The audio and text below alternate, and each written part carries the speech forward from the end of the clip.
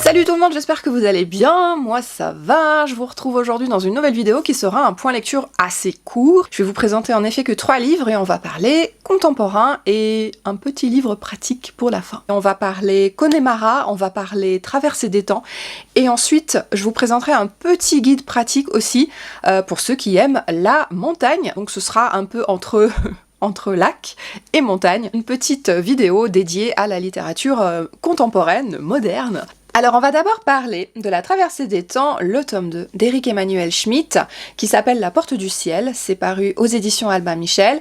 Donc Éric Emmanuel Schmitt s'est donné pour une mission mais extraordinaire de retranscrire l'histoire de l'humanité à travers des romans, donc des histoires qui sont juste parfaites pour l'été, où on retrouve un personnage immortel qui traverse les époques.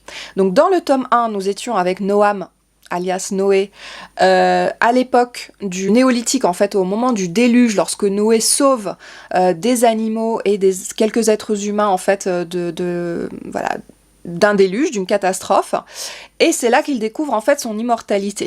Et puis dans le tome 2, il débarque dans la cité de Babel, à l'époque mésopotamienne, avec le tyran Nemrod qui essaye d'ériger cette immense tour.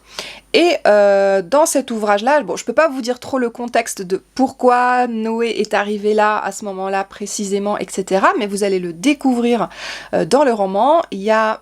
C'est pour ça que je disais c'est une lecture qui est extrêmement bien pour l'été aussi, c'est parce que la romance prend une certaine ampleur.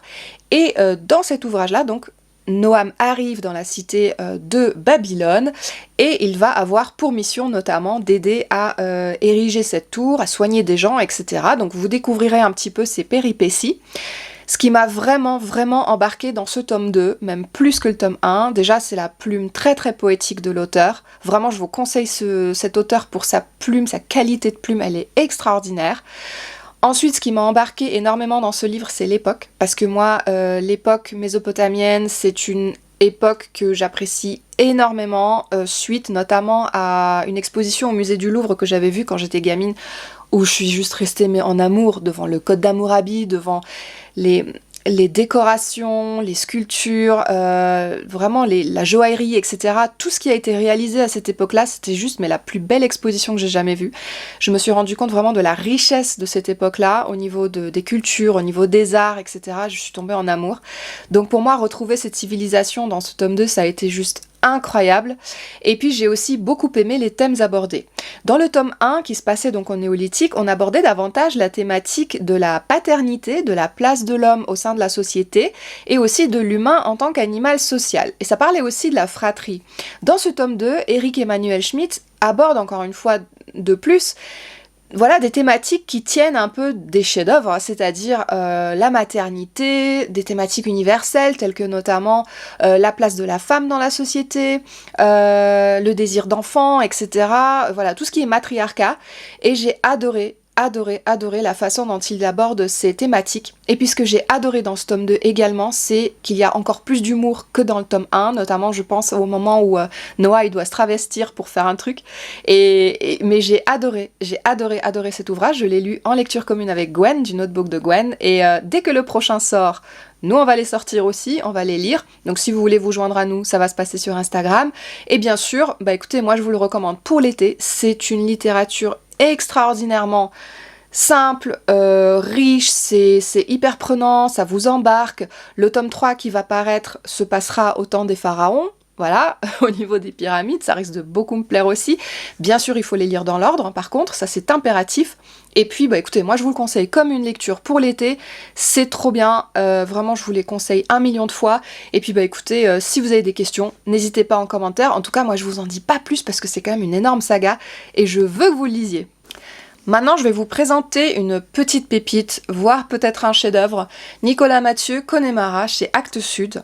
Une lecture diamétralement opposée à la première, d'accord? Ici, il n'y a pas trop d'humour, c'est plutôt le genre de lecture qui va vous filer le bourdon. Mais si vous êtes amateur de contemporain, si vous êtes amateur de très belles plumes, ce livre est fait pour vous. Alors dans Connemara, on est avec Hélène, qui est quadra, qui a 2 enfants, elle est mariée, et puis elle travaille dans une boîte, elle a un très bon poste, elle s'est sacrifiée, elle s'est donnée pour cette entreprise, sa vie est réglée comme une horloge, et elle travaille dans cette boîte, et elle n'aspire réfléchir qu'à une chose, c'est à devenir associée. Sauf que son patron, il se presse pas trop pour lui filer le poste. Du coup, Hélène, elle a un petit peu le cafard. Voilà, les journées se suivent, se ressemblent.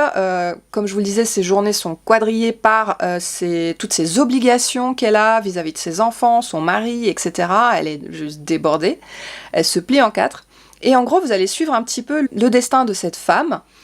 Et ensuite, on va rejoindre un monsieur, donc aucun lien, Franck. Et Franck, en fait, il aimerait retrouver son club de hockey sur glace, comme quand il était adolescent, en fait, lycéen, puisque c'était un peu une star locale à l'époque. Et puis, il s'est blessé, il a dû arrêter le hockey. Donc, il s'est mis à travailler, normal, il a eu des enfants, voilà, sa vie a repris. Et lui aussi, il sait pas trop exactement où il en est dans la vie. Donc, dans ce roman, vous allez avoir juste ces deux destins de ces deux personnages qui vont forcément se rencontrer, puisqu'ils vont chercher à se rencontrer. Pourquoi ? Parce qu'ils se connaissaient au lycée. Donc ils se connaissaient de loin en fait. Voilà, ils se voyaient. Hélène n'était pas forcément la plus belle fille du lycée, mais elle était, voilà, on l'a remarqué quand même. Lui, c'était un petit peu une célébrité locale. Et puis du coup, passé 40 ans, Hélène, elle se dit, bah voilà, j'aimerais bien revoir ce Franck en fait du lycée et voir un petit peu ce qui pourrait en résulter. Donc c'est tout en fait, vous allez juste avoir ces deux destins et cette rencontre de ces deux personnes. N'attendez pas des rebondissements, une histoire, un scénario incroyable. En fait, Nicolas Mathieu et vraiment la force d'évocation qu'il a, c'est de vous décrire une société cruelle, désabusée, des personnages... j'ai pas envie de dire au bord du gouffre, mais quand même, des personnages perdus, des quadras qui savent plus exactement où ils en sont. Et surtout, il a une description de la société qui est incroyable. Il y a beaucoup de jargon, notamment de la vie de l'entreprise, c'est très cynique. Rien que le premier paragraphe, quand je l'ai lu, mais j'ai envie de vous le lire en fait, parce que ce premier paragraphe, c'est ma vie. La colère venait dès le réveil.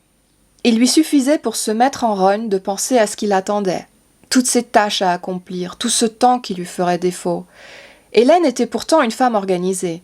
Elle dressait des listes, programmait ses semaines, portait dans sa tête et dans son corps même la durée d'une lessive, du bain de la petite, le temps qu'il fallait pour cuire des nouilles ou préparer la table du petit déjeuner, amener les filles à l'école ou se laver les cheveux. Ses cheveux, justement, qu'elle avait failli couper 20 fois pour gagner les 2 heures de soins hebdomadaires qui lui coûtaient, qu'elle avait sauvés pourtant, à 20 reprises, fallait-il qu'on lui prenne si loin, même ça, ses longs cheveux, un trésor depuis l'enfance ? Voilà, donc comment vous dire, ça c'est un peu la vie d'Hélène, c'est la vie de beaucoup de femmes. Et rien que cette page-là, déjà quand je l'ai lue, j'étais en larmes en fait. Donc des mots très durs, mais toujours très justes.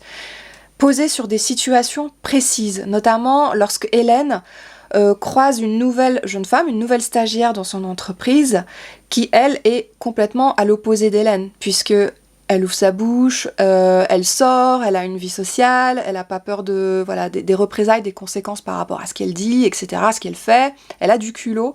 Et Hélène, ce personnage lui plaît énormément, en fait. Cette collègue de travail lui plaît énormément. Vous avez vraiment des rapports entre les personnages qui sont très très forts, qui sont tellement réalistes qu'on se demande si Nicolas Mathieu n'écrit pas ici juste s'il ne décrit pas la vie de ses voisins. C'est incroyable de justesse, de précision. Il est question de la vie d'entreprise, du regroupement des régions, puisque c'est plus ou moins lié au travail d'Hélène, à ce qu'est la maternité, à ce qu'est la vie du quotidien aujourd'hui en France. Faut gagner sa vie, il faut travailler, il y a des obligations, les activités des enfants, etc. Ça m'a filé le bourdon, mais alors quelle écriture! Mais on ne peut pas se passer de l'écriture de Nicolas Mathieu. Si vous l'avez encore jamais lu, il faut impérativement le lire. Je vous avoue que j'ai eu des moments où j'ai flanché dans cette lecture parce que j'en attendais quand même un scénario, quelque chose d'extraordinaire. Même cette rencontre entre Hélène et Mathieu, elle est, elle est un petit peu... elle tombe un peu comme un cheveu sur la soupe. On se demande s'ils veulent vraiment être ensemble, s'ils veulent vraiment sortir ensemble. Même les scènes de sexe, en fait, elles sont un peu pas dégueulasses, mais elles sont un peu un peu désabusé comme ça, vous voyez, un peu, ça file un peu le bourdon quand même. On a l'impression qu'il pleut dehors, de regarder un film de France 3 l'après-midi, où il y a des gens déprimés dedans, tu vois. C'est un peu ça. Mais alors, mais cette écriture est... non, faut absolument le lire pour vraiment toutes les descriptions de la société actuelle, de l'entreprise, de la vie d'entreprise. C'est extraordinaire. Vous voyez, j'ai des sentiments très très mélangés à propos de ce livre. Par moments, il m'a ennuyé ce bouquin. Mais maintenant, je sais ce que je dois attendre de Nicolas Mathieu et je pense que je vais lire son autre roman puisqu'il a écrit Leurs enfants après eux et je pense que vraiment, vraiment, je vais lire Leurs enfants après eux parce qu'il paraît qu'il est excellent. Il a reçu d'ailleurs le prix Goncourt et j'ai envie, maintenant que je sais un petit peu dans quoi, quel est le registre de Nicolas Mathieu, bah, j'ai envie de le relire parce que je peux vous dire que sa plume est juste extraordinaire, c'est dense, chaque phrase a ses petits pics, hein, c'est hyper juste, c'est incroyable, c'est très intense en émotion et vraiment je pense que si vous êtes un amateur de littérature contemporaine, ça ne peut que vous plaire. Là, si vous voulez en savoir un petit peu plus, écrivez-moi et puis je vous répondrai en détail en commentaire, ça me fera très très plaisir. Qui n'a jamais rêvé de gravir le Mont Blanc, hein ? Moi oui. Avec ce petit ouvrage Mont Blanc 4810 mètres, mon chéri m'a offert l'occasion de voir en images et avec des descriptifs aussi les 5 voies d'ascension du Mont Blanc. Donc c'est chez JM Éditions, c'est illustré, c'est très très bien fait et vous avez les 5 voies pour gravir le Mont Blanc. Là par exemple vous avez la voie en passant par le dôme du Goûter. Donc c'est très très bien fait, il y a de très très belles illustrations et surtout c'est bourré d'informations pratiques sur les gîtes, sur ce qu'il faut emmener avec soi comme équipement, qu'est-ce qu'il faut attendre de la montagne, puisque comme vous savez, là on est pratiquement à 5000 mètres d'altitude, donc il y a le problème de l'oxygène, il y a le froid, il faut avoir un très bon équipement, etc. Donc pour préparer en fait son ascension du Mont Blanc, obligatoirement accompagné d'un guide, c'est bien déjà quand même de se renseigner un petit peu sur ce qui vous attend. Et dans ma foi, dans ce livre, il y a vraiment pas mal d'informations pratiques pour vous aider à faire votre choix au niveau de la voie d'ascension du Mont Blanc, selon votre niveau bien sûr. Si vous n'êtes pas alpiniste, bah écoutez, la voie par le dôme du Goûter, je pense que c'est la plus empruntée, c'est la plus préconisée. Maintenant, si vous avez déjà des bonnes notions d'escalade, bah, vous pouvez commencer vous pouvez peut-être franchir d'autres voies qui sont beaucoup plus difficiles en fonction de votre niveau. Et ce petit guide est là pour vous aider. On vous parle de la force des vents, on vous parle des équipements, on vous parle des refuges, on vous donne des numéros, des conseils pratiques. Donc voilà, ce petit livre m'a beaucoup beaucoup plu. Merci à mon chéri. Et pour ma part, j'espère enfin faire l'ascension du Mont Blanc, peut-être l'année prochaine ou dans 2 ans. Pour l'instant, j'ai pas encore le niveau. En tout cas, je vous remercie beaucoup d'avoir regardé cette vidéo, j'espère qu'elle vous aura plu, même si elle est un petit peu plus courte que d'habitude. Et puis n'hésitez pas à me dire s'il y a certains de ces livres que vous avez lus, s'il y en a qui vous intriguent, ou si vous voulez plus de détails, écrivez-moi, ce sera avec grand plaisir que je vous répondrai. Si vous n'êtes pas déjà abonné, écoutez, qu'est-ce que vous attendez? Mettez-moi un petit pouce aussi, ça aide beaucoup. Et puis, moi pour ma part, je vous embrasse, je vous souhaite une excellente fin de journée ou soirée, et je vous dis à la prochaine vidéo qui sera également un point lecture. Ciao ciao!